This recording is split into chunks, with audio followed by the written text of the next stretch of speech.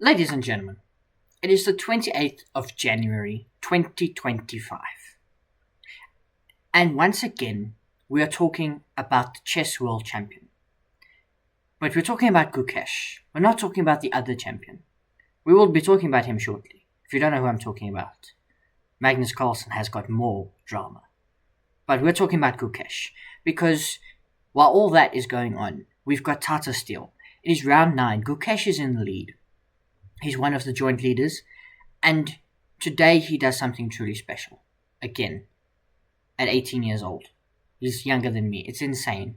I feel old. I feel useless. But that's enough of an intro. That's enough about me. Let us get into the chess. I've got 3 wonderful games to show you. As always, I'm showing you the decisive results, because as covered yesterday, Grandmasters just make draws, except when they don't. And draw master Anish Giri is once again involved in the game. Now, Anish Giri lost the first game of Tata Steel to Gukesh, and since then has made nothing but draws. So if he loses again, he goes to -2 and kisses his hopes of winning the tournament goodbye. But he can slow down Pragg, who's one of the top leaders, so he can gain ground on him. So this is a very big game for him. So we get d4, knight to f6, c4, and here you've got a variety of options. You can play g6, or you can play e6. For some reason, my mouse has stopped working. It's back. It's alive. Okay, you can play g6 or e6. For some reason, the website is unresponsive. Yeah, Microsoft Edge has just gone unresponsive. So we're going to give it a moment. Otherwise, I will stop the recording and we will reconvene when everything's working again. 2,000 years later. Okay, the technical problems seem to be out the way, so we can get back to the analysis. As I was saying, in this position, you can either play g6, which leads to a King's Indian or a Grunfeld, or e6, which is the more traditional Queen's Gambit declined. Here, Pragg chooses to play e6. We get knight to c3 and d4. Queen's Gambit declined. We've seen this before. But Anish Giri goes for the Catalan. I'm obligated to remind you, I have a video on the Catalan on the channel. And Pragg plays this line where he gives a check, you block, and you don't trade, you don't do anything, you simply protect the bishop with a5. So, we finish the Catalan setup, castles, queen to c1, very interesting move, and the bishop returns home. And you might say, isn't this a waste of time? No, not really, because why has white set up their pieces like this? Like, this bishop has to move again, the queen will have to move again, either to c2 or back to d1. So, you haven't really lost that much time. As you can see, the bishop moves again, and we take space further on the queen side. Queen to c2, I told you, all have to move again. The queen comes out, we bring out the knight, and we just develop pieces, and now you have a choice as black. What do you do with your dark squared bishop? You retreat it, and we're getting here, and black is starting to, start active operations on the queen side. But you can see that Pragg is the one that's been thinking. He's down to 49 minutes, 50 minutes. Anish Giri's still got an hour 30. So he's well up on time. He's up 40 minutes on the clock. And he plays rook c1 very quickly as well. Pragg thinks a little bit, and here we close the position down. The first thing, 10 minutes. The bishop retreats, we drop the knight back to e1. That took a bit of time, but still up 30 minutes. Here we break in the center, and you're too soon. This move comes too soon. You need to play f5 maybe, and make this a weakness. Or, queen back to d8. There's better moves. This is premature. Striking at the center, it's not needed, because the knight just comes in. And even though you can get back there, I'm jumping my knight. And now you've pushed, you've made this weak. Even though you can try get this, what does that do? It doesn't do anything. And if you push, I outflank you. And we can trade and do stuff. So eventually, the light square bishop goes in. And look at this. This may as well be a pawn. Its sole job is to protect that. And this knight can do other things. So we can take, bring the knight out to hit the bishop. And Pragg is happy to part ways with the bishop. And taking is not the best move, but it's fine, because you can go here. And we start solidifying everything. Anish Giri is better, not winning. It's not +1 like it was. You have to play completely accurately. And, the computer thinks things are better than they are, because it's a computer, it's not a person. And here we find a nice tactic. Takes, and we get the fork. You play f6. That's not the right move, because we can take. You can go there. We offer the queen trade. We get this far. We've got bishop versus knight. These pawns are all on dark squares. And we're up about 10 minutes on the clock, 11 minutes on the clock, and we control the only open file, and these two pawns are weaknesses. So Anish Giri is completely calling the shots. He reroutes his bishop. We bring the king. We start targeting those weaknesses. We defend our own. Very important. You don't allow your opponent counterplay. Here it looks like they're going to make a draw, but they don't. We try to do this. It's a mistake to push e4, but it's a very natural move. And there's nothing completely wrong with it. We repel the knight. The rook comes in. Yes, you can give a check. But we find a very nice win here. Yes, you get forked, but we take. So you might think, oh, I'm down the exchange. You're completely winning here because you're just infiltrating. Your pawn will get through.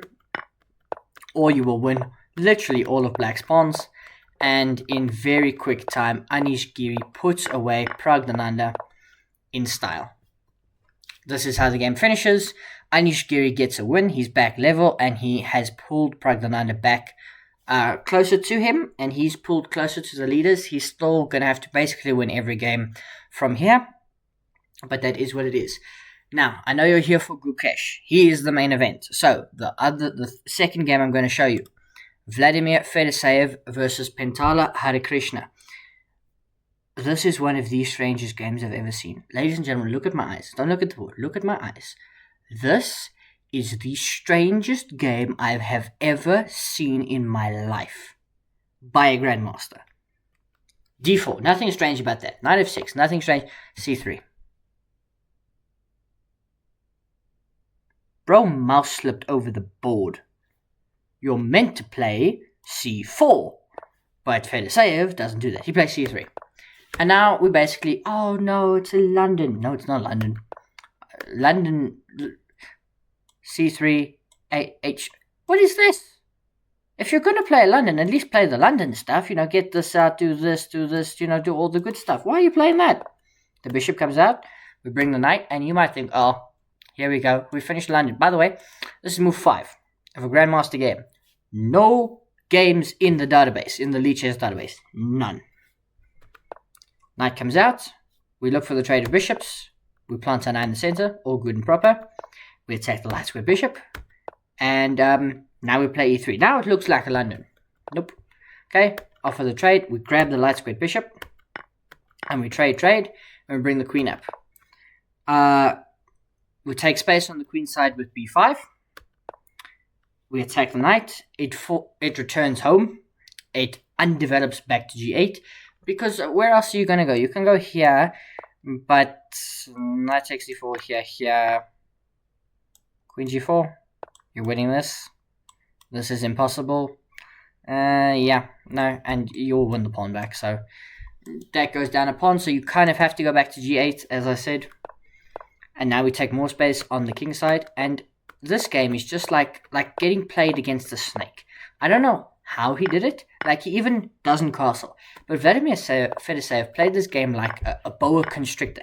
He allowed a check. He allowed this. Okay, so we sacrifice the rook. So queen 2 rooks versus queen rook knight. But the knight's very strong. It's targeting all the weaknesses. Now look at that. That's a free pawn. Don't take it though. We take it. But the rook comes in. The knight returns home, but now we can grab this with check. And the rook. And how are you not getting mated? It's a draw. If Harikrishna can find the only move, he finds it. Queen takes b2. King here. Still a draw, but you've only got, 2 choices in life. Knight returns home. That's still fine. Check. Rook dc1. An inaccuracy. Still not lost. There's still hope. King slides out the way, which wasn't the best move. g6. Here. As black, I would be peeing in my pants. My king is on e8. It is desperately defending my rook and desperately defending the knight. You can't go here because you lose. The king can't move. The queen is over here, but it can't do anything to the white king. So you are living on a hope and a prayer. You shouldn't do that though, because now the queen can retreat. The rook slides over. A6 is not the best move, but rook d7 is fatal blunder. Here there is only one move that holds. You must play rook b3. This is the only move that holds.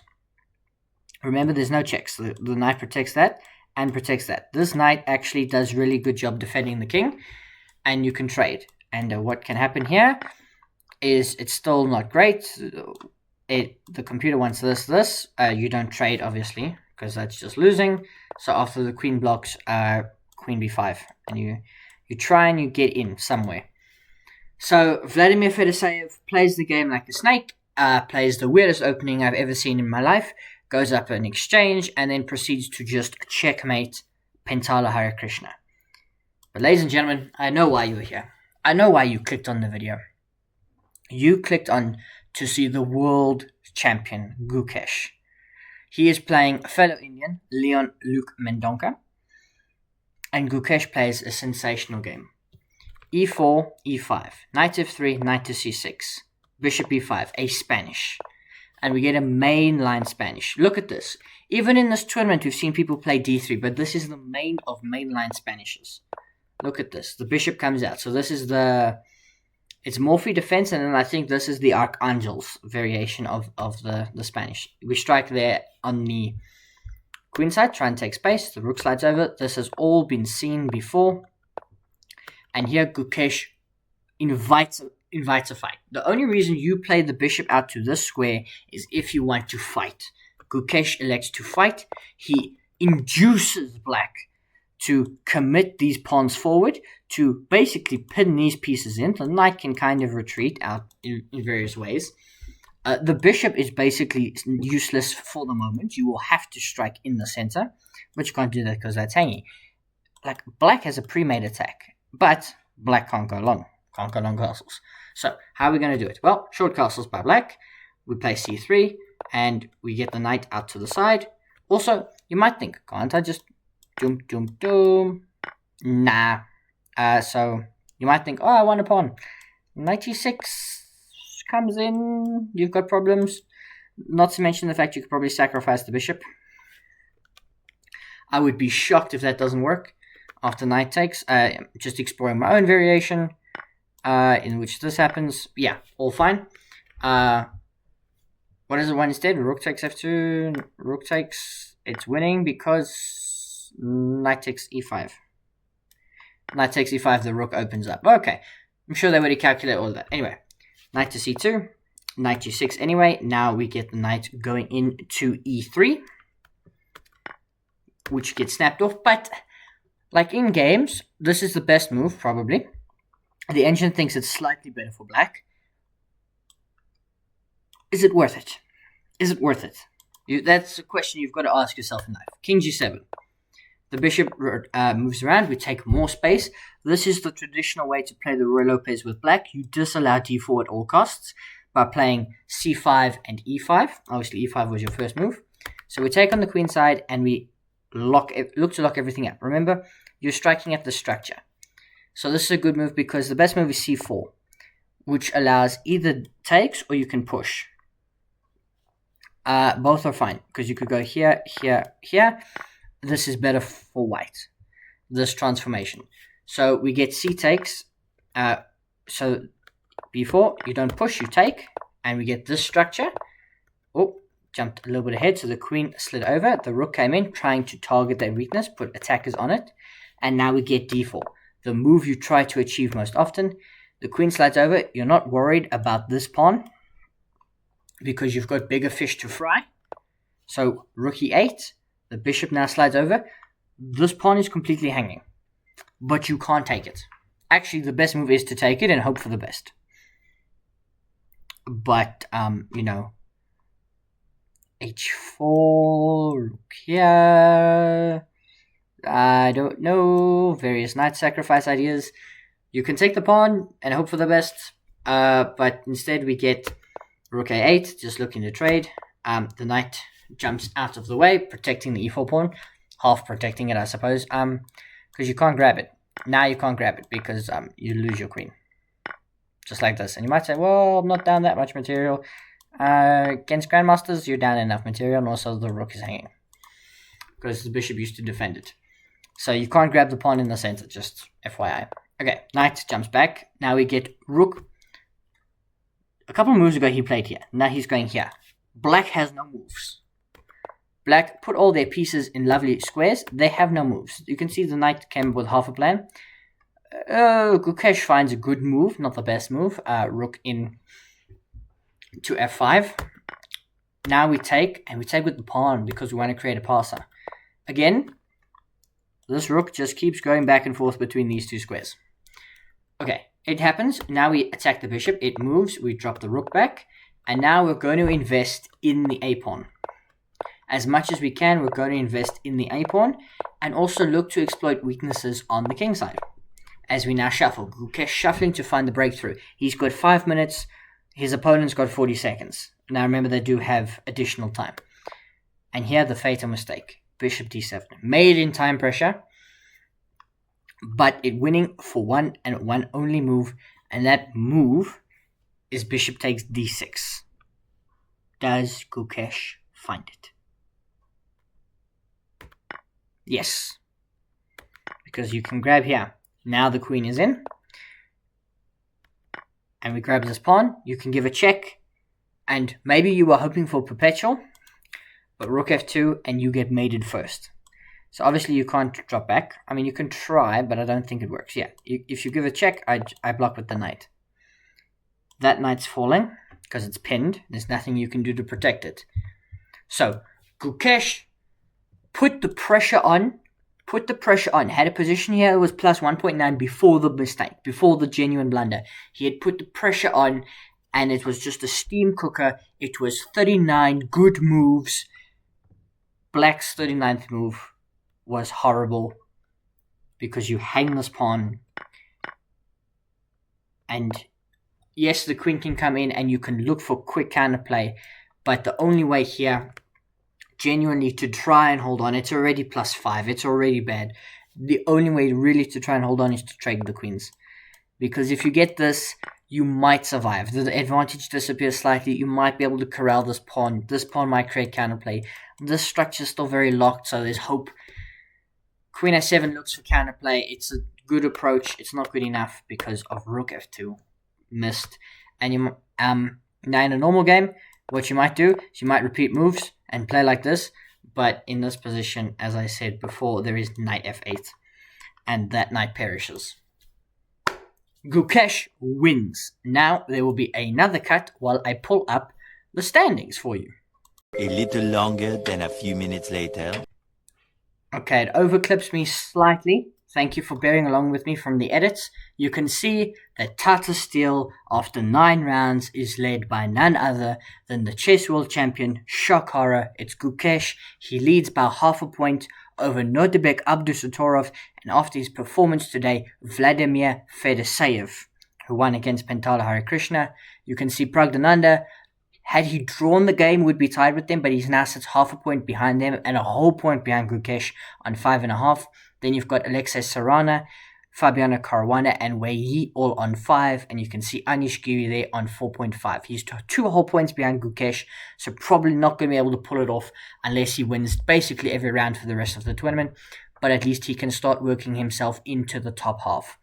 At the bottom of the table, it is grim, but they are some of the lower rated players. The only shock, really, we've spoken about it before, Arjun Erigaisi came into the tournament 28.01, 2.5 out of 9. Not a great performance. What can you say? It's not a great performance. He has suffered 3-4 defeats. It's rough. It's -4. What can you do? It happens like this sometimes. But ladies and gentlemen, I hope you enjoyed the video. Tell me, are you rooting for Gukesh? Are you one of his favorites? He's got so many supporters around the world. It's incredible. This is what we expect world champions to do. We expect them to come into tournaments as favorites and to win tournaments. Incredible. Absolutely incredible. I'll see you next time.